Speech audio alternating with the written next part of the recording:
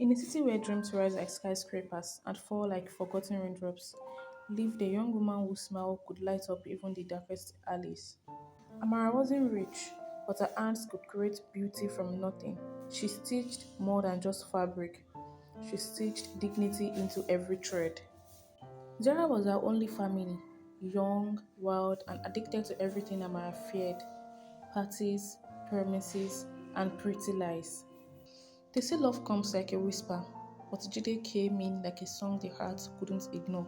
Jide entered Amara's shop to get a fabric for his mother. He bumps into Amara, their hands touched, and like every cliche romance, their eyes met and something shifted. Jide said to her, "Sorry, I wasn't looking. I didn't expect beauty to be this close to the road."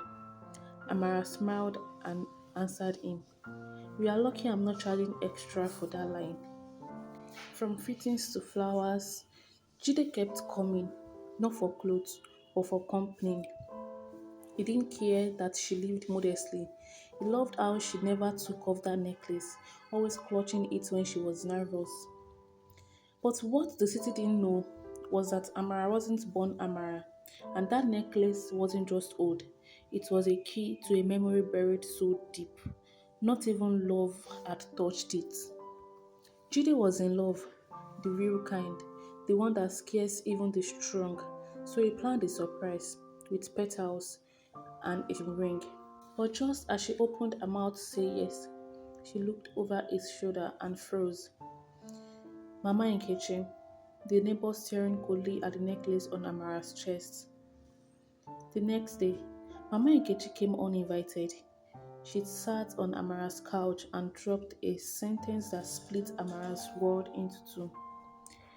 Mama Nkechi said, "That necklace, it belonged to your real mother.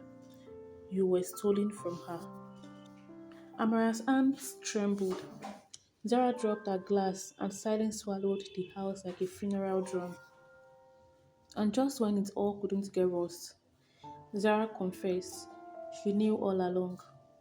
Zara was Amara's younger sister. "You were never my real sister. You were brought to us by a woman who worked for your mother. I was 5, I remembered. I just didn't want to lose you." Amara felt the necklace burning her skin.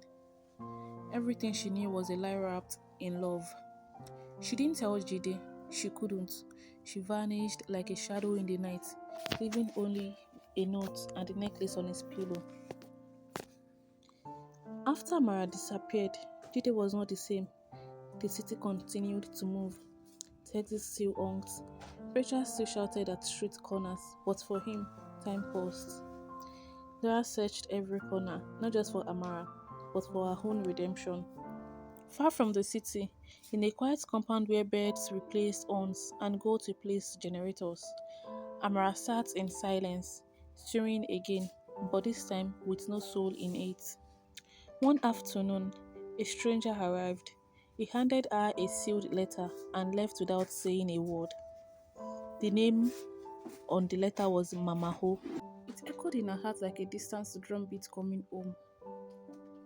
Back in the city, Jide hired private investigators. He couldn't forget her. Then he would find her, no matter the cost.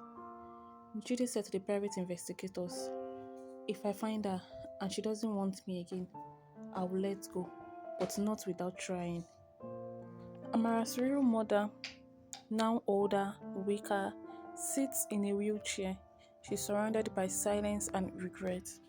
She once trusted a nanny. That nanny had vanished.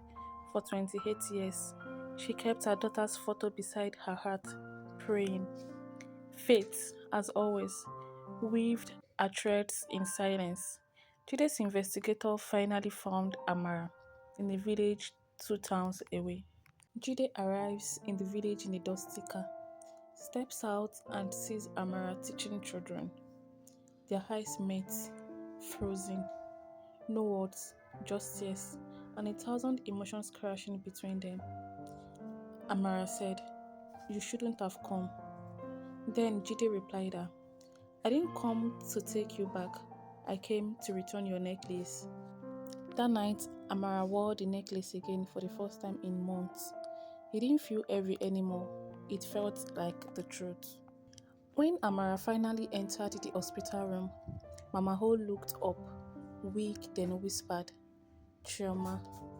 Chioma, that was her birth name. Amara falls to her knees crying. Mama Ho holds her hand, trembling. She died just minutes after seeing her daughter again. At the funeral, a lawyer handed Amara a will, but inside, hidden in an envelope, was the truth no one expected. Amara opened a DNA report. Shock spread across her face. Jide was Mama O's adopted son, and Amara was her biological daughter. They were siblings by law, not by blood, but still forbidden by fate. They couldn't marry each other, not now, not with the world watching, judging. So Amara made a choice. She returned back to her old shop. It's now bigger, renovated, a gift from Jide. She mentors young women, including Zara, who now runs the books.